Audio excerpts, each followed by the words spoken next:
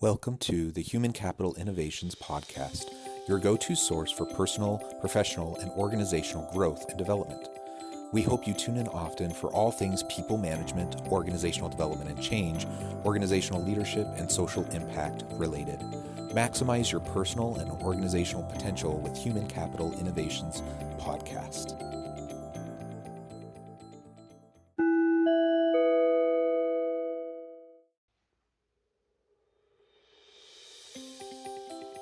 Welcome to the Human Capital Innovations Podcast.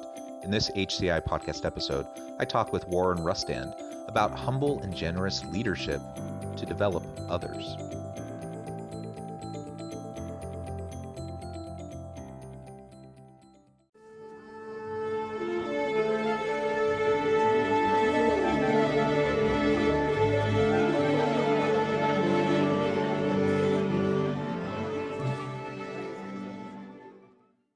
Warren Rustand, welcome to the Human Capital Innovations Podcast. Thank you very much. Glad to be here today, Jonathan. Yeah, I'm excited for this conversation. It turns out we have quite a bit of connectivity and common ground in our background. So that was fun getting to explore that a little bit with you in the pre-interview. I'm really excited to talk about the topic for today, which is about humble and generous leadership and how that can be used to focus on the development of those around us.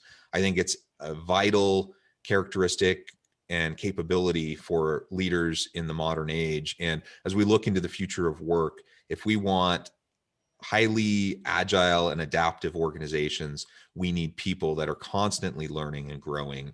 And it's the responsibility of leaders to help facilitate that growth. And that doesn't happen as we are caught up in our own ego and focused on our own goals. We have to, of course, our goals are important, but we need to make sure that we're focusing on the development of those around us. And that requires a certain level of humility, that requires generosity, that requires us to show genuine empathy. And some of these terms are not always the things we tend to focus on the most in corporate America, yet it's very, very important. So I'm excited to explore that with you today. As we get started, I wanted to share Warren's bio with everybody. Warren Rustand is an entrepreneur, corporate leader, and the Forbes Books author of Leader Within Us, Mindset Principles and Tools for a Life by Design. Selected as a White House Fellow in 1973, he was a special assistant to the Secretary of Commerce and co-led the first ever executive level trade mission to the Soviet Union. Rustand served as appointments and cabinet secretary to President General Ford, a former academic All-American basketball player at the University of Arizona. Rustand has been the CEO of 6 companies and has served on the board of directors of more than 50 for-profit or nonprofit organizations. Rustand is an author, educator, and well-known speaker, and for 30 years has led a public policy private sector conference in Washington, D.C. for CEOs. He's currently the Dean of Learning and for Entrepreneurs Organization, Global Leadership Academy. What a tremendous career. The scope and scale of what you've accomplished is quite inspiring. It's a pleasure to have you on the podcast today. Before we launch into the conversation, is there anything else that you would like to share with listeners by way of background or personal context? Well, the more critical thing probably is that I've been married to the same lady for 56 years. We have 7 children, 19 grandchildren. We all live together on a 60-acre farm in Tucson, Arizona. So we have 3 generations living together, which I find to be just exhilarating and fun. So we're a happy family and having a good time in life. Well, that is wonderful. That is wonderful. So as we get started, maybe we can just start with the framing around humility. Tell us what you think about how, why humility is important and why often leaders see the showing of humility as showing weakness. Yeah, I think, Jonathan, based on the resume that you just read, I've had a chance to associate with some very interesting high-powered people, corporate, political, military, across the globe. And I found oftentimes when there are large egos, they suck all the oxygen out of the room and there's no space for anyone else. And everyone ends up serving that ego to some degree. And I found that to be debilitating when leading people. I think what we want to do is take a step back and put that oxygen back in the room and create space for people around us, colleagues and others, to exercise their discretion, to create opportunities to succeed or fail, to empower them to be their own person. And I think the only way to do that is to regulate our ego. Now, we all admit we have egos, right? We all have them in different forms and sizes. But the opportunity for us to regulate that in a way that allows that space for others to be successful, I think is really important. And I've found with great leaders, they do that extremely well. Among those, I would say that I've had a chance to meet, for example, Nelson Mandela. He went from prison to president. It was an amazing journey, and yet he was very humble in his approach with other people. And I think it allowed him to lead his nation in an interesting way. I worked for a president of the United States who, for all intents and purposes, just didn't have an ego. He was just there to serve. He was never elected to the presidency. He succeeded to the presidency, but wasn't elected.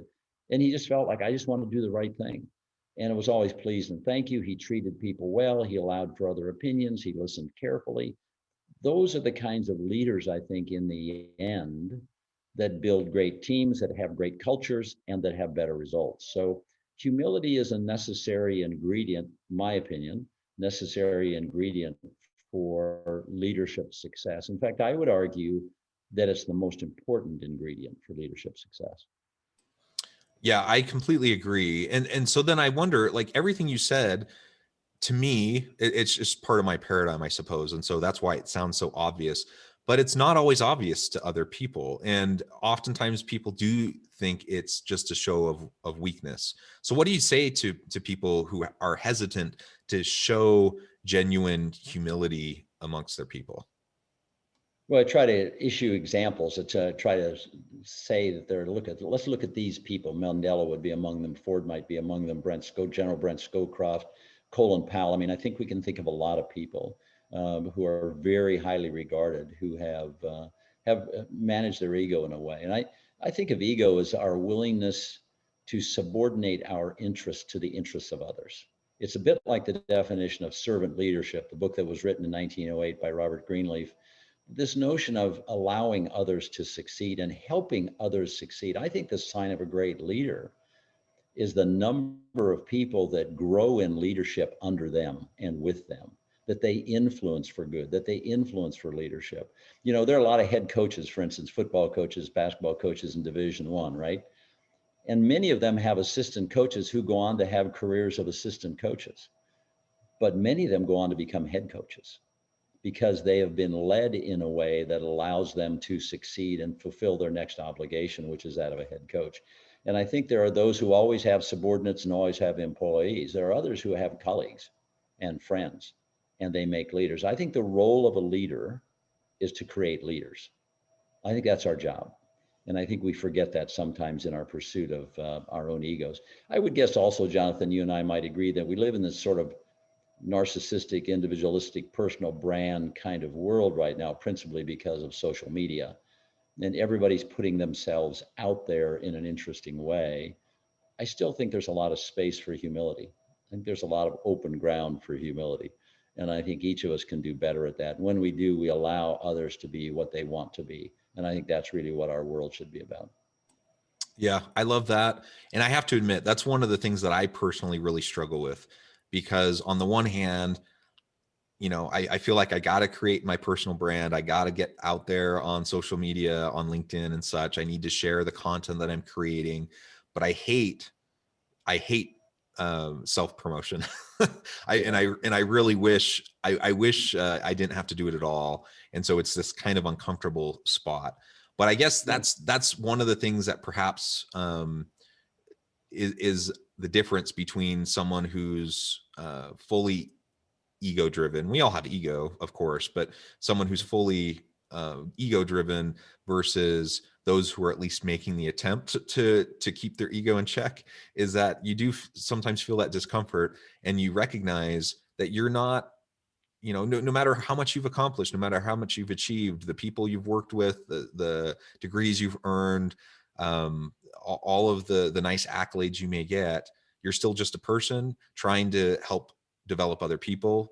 And if that's our focus, then I think that's great, and we can share that. And that comes across though very differently, both on social media, but of course, definitely in person when you're interacting with people, because they can sense your genuine caring, your genuine desire to have a meaningful relationship and to help them grow outside of whatever that may produce for you. So I just really love that. And you described leaders with huge egos as like sucking the air out of the room. We've all experienced that. And it is frustrating, especially when you have really talented people around the room who you should be tapping into. You should be leaning on them and learning from them and getting their diverse perspectives and their expertise and leveraging that to help come up with better solutions, better outcomes, innovative looks at the challenges that you're facing.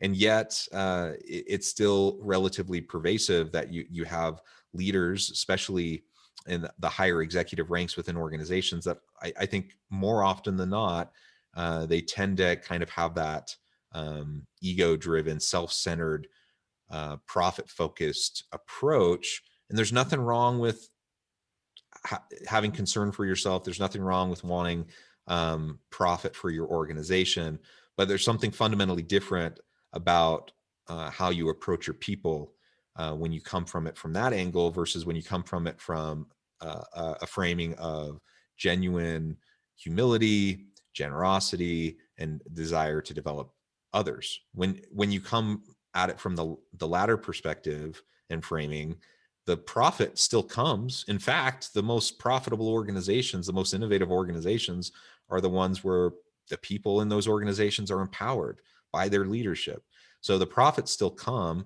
You still, as a leader, you look amazing, and people think you're wonderful. And so from an ego standpoint, you look better than you possibly ever could because you've developed all these people around you.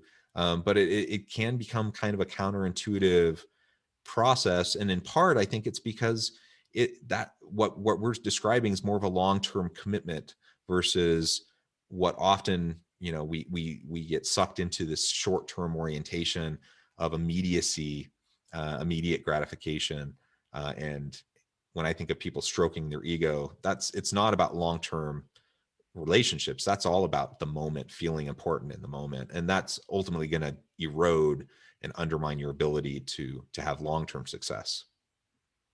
I agree with you. I think it's a way we think about life. It's a way we think about ourselves. I was asked once, where are we all going? And I just said, well, we're just all walking each other back home.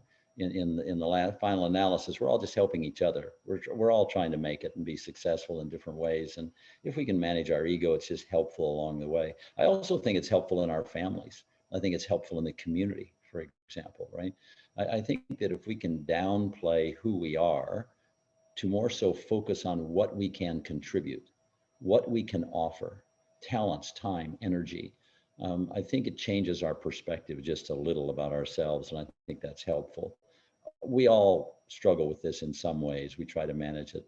And I'm always looking for the person who's the same on stage as they are off stage, right? Too many people we see on stage as being one thing, off stage being something very different. And I'm always looking for the person who has that complete consistency of being the same person all the time.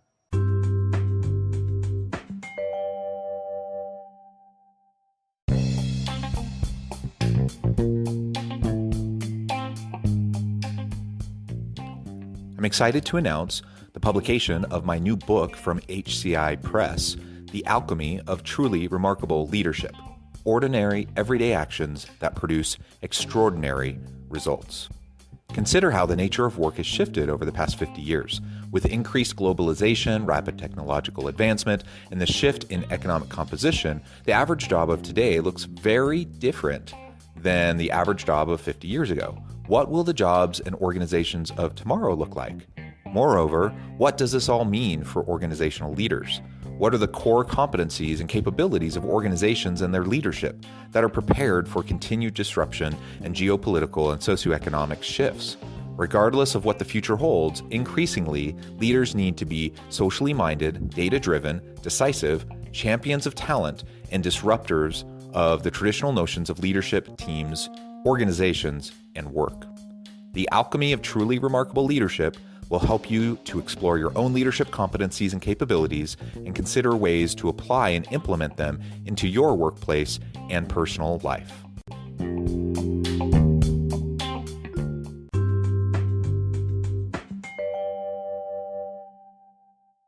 Yeah, I really agree with that. And I think back to my teenage years and some of the disillusionment I felt around leadership and some people that I really looked up to, until I saw them in those offstage moments. And then I realized, oh my goodness, these people are not nearly as wonderful as I thought they were.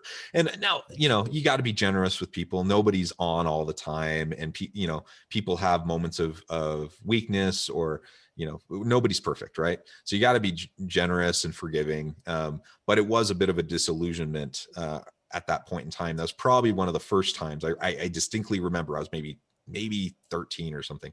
But I distinctly remember having that reaction to someone that I just looked up to so much. And then I saw him in an offstage setting and I was blown away. I was devastated. and, to your point, we want, I want to be someone who's genuine and authentic all the time. That's not always going to happen. I'm not always going to be perfect at that, but I strive for that. And I want to surround myself with people like that. And certainly the leaders that I look up to the most are the ones that I feel like I can trust. And the ones I trust are the ones that are consistent. They're people of integrity. They're people who walk the walk, not just say nice things. And that really goes a long way. And it comes back to that humility. Yeah, I think so too. I think in my experience, Jonathan, in working with teams and leading teams, I found that women are particularly good at managing their ego. They tend to be more inclusive. They tend to bring teams together more quickly. They tend to nurture teams better in some ways than men do. And I think sometimes as men, we have a lot to learn, and we need to pay attention, because oftentimes we lead with our ego. Maybe that's the hunter-gatherer kind of notion, but still, I think we can do a better job of it. I've often thought of the definition, are we a company with a purpose, or are we a purpose with a company? And I think we can put that on our own lives, a little bit as well, right? Are we a life with a purpose, or are we a purpose with a life? And I think that once we engage in the higher calling, the higher purpose, then I think it's much easier for us to manage our relationships with other people and with other circumstances that subordinates that ego more effectively than other times. Yeah. And I think it connects, but let's dig in a little bit and get a little bit more explicit about the role of collaboration and delegation as leaders, because nobody can be successful as an island. I don't care how skillful you are, how much of a genius you are. You have to have good people around you, or you just, in this hyper competitive, globally interconnected world where a fast paced, continuous change, like you just have to have good people around you. But sometimes it's really hard for leaders, especially when they reach higher levels. It's really hard for them to really delegate and exercise trust in those around them, to really hand off that baton and let someone else run with it, or to really just have meaningful, authentic collaborations. How does that fit with this humility versus ego paradigm? And what can we do to foster greater willingness and ability to leverage delegation, effective delegation, and collaborative environments? I think it starts with a mindset of the leader, right? There are two ways to approach it. One is advocacy, where you're telling people what to do, you're defining your position, you're obviously advocating for a particular event or circumstance to happen. And oftentimes delegation falls into that. You're directing the activities of others. But the other half of that is inquiry. And lots of leaders use inquiry. And when we use inquiry, which is questioning, I think the best leaders ask the best questions, get the best information. They tend to be more collaborative. They tend to be more consensual. They tend to be more comfortable with other people's opinions because they're always asking questions. And great leaders ask these great questions to get information to make the whole better than any individual part. And so I think that we see the use of advocacy and inquiry is associated with ego. People with strong egos tend to advocate more. This is my way or the highway. Do this, do that, delegate this, whatever it might be, eliminate that, right? They are always directing people because of this superego. By the same token, people who have their ego better managed and more under control tend to ask questions of others, to seek input from other people, to be comfortable with other ideas, other thoughts, right? And then utilizing those in a highly collaborative way. And so the humble person is just more comfortable with themselves. They're not threatened by other people. They don't need to threaten other people. And as a result of that, I think they tend to get more done faster than people working around someone else's ego. And so humility becomes an essential point for us to be successful as leaders. And in an exponential world where with ever increasing speed, we need to be certain that as the complexity of the world progresses, that we get the best information, that we have the best people around us. And I've found over years, people want to work with those that they admire, respect, and who have their ego under control. People, it's much more difficult to work for someone who leads with ego and who presents themselves with ego all the time. I just find that there are very different worlds, advocacy and inquiry. And I think we have choices as leaders as to how we're going to lead.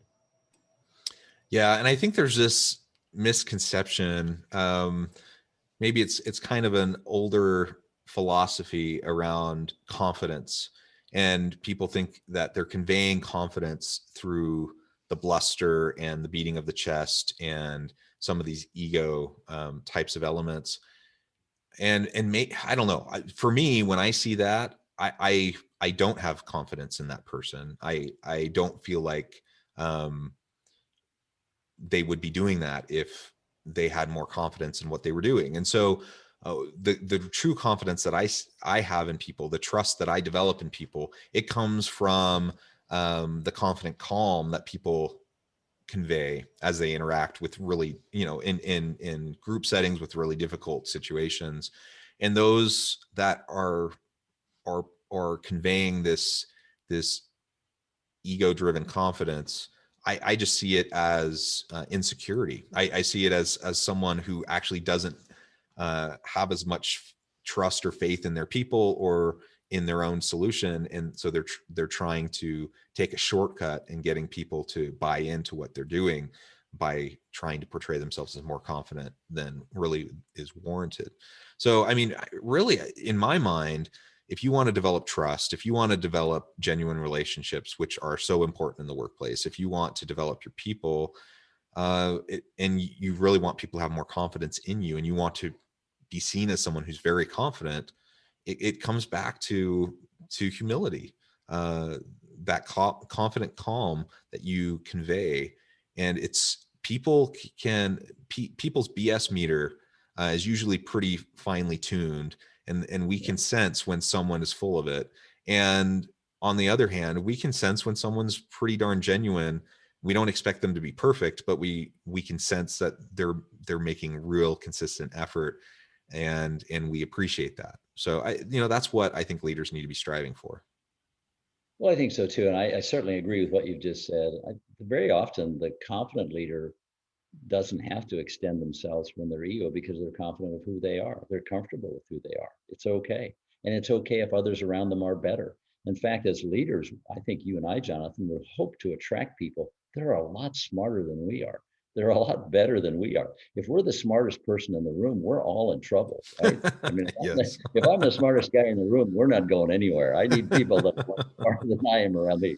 So I just think the confident leader doesn't have to promote the ego, right? It's just not necessary. And so I think that when we discover that, and we understand that, and we are comfortable being around that kind of leader, we'll find that we will develop more. I had the opportunity as a young man in various settings to be around people who had their egos under control, who were authentic, who were vulnerable, who were realistic and honest. And when you're around people like that, it just allows you to grow so much faster. It allows you to be the person you want to be and to show what you can do. And I think that's just a better place to be. And it's better for all those around us. I've had a chance to lead multiple corporations, and we've always built strong teams. We've always tried to be highly collaborative. and to be certain that everyone had the opportunity to breathe freely and openly in that environment and space. And I think it's been beneficial for all of us who have participated in those environments. Wonderful. Well, Warren, it has been a real pleasure talking with you. The time has flown by. But before we close, I want to give you a chance to share with listeners how they can get connected with you, find out more about your work, your coaching, your mentoring, the consulting work that you do, and then give us a final word on the topic for today. Okay, thank you very much, Jonathan. First of all, Jonathan, thanks for the good work you're doing. You have a program that influences hundreds and hundreds of people all the time. And that's an important work that you're doing. I really appreciate that. I've spoken to many people who have listened to your podcast over a long period of time. And they just find that what you're giving and what you're offering is so important and so good. If someone wants to reach me, they can go to warrenrustand.com and they can get a copy of the book, Warren, The Leader Within Us. It's an opportunity to set forth the principles of a life by design. If you really want to control your life, manage your life, and be the person you want to be, the book will give you that prescription, which is good. But there are also Facebook episodes, there are some other speeches, or other kinds of things there that could be helpful to you. And if it helps you one little bit, one idea helps you a little bit, then my life is well lived, right? If I can help you do one thing a little bit better, that'll be good for me. So I really appreciate your time, Jonathan. Thank you so much, and best wishes to you. Thank you. And it has been a pleasure. I really encourage listeners to reach out, get connected with Warren, find out more about what he can do for you. And as always, I hope everyone can stay healthy and safe, that you can find meaning and purpose at work each and every day. And I hope you all have a great week.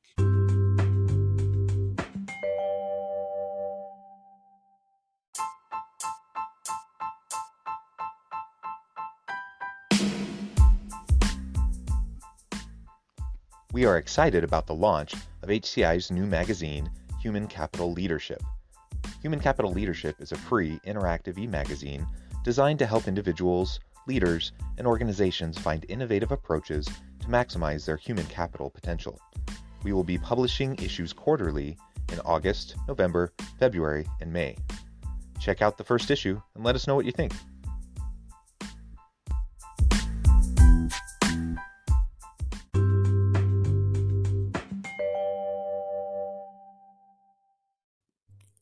Thanks again for joining us for this episode of the Human Capital Innovations Podcast. I hope you stay healthy and safe and that you have a great week.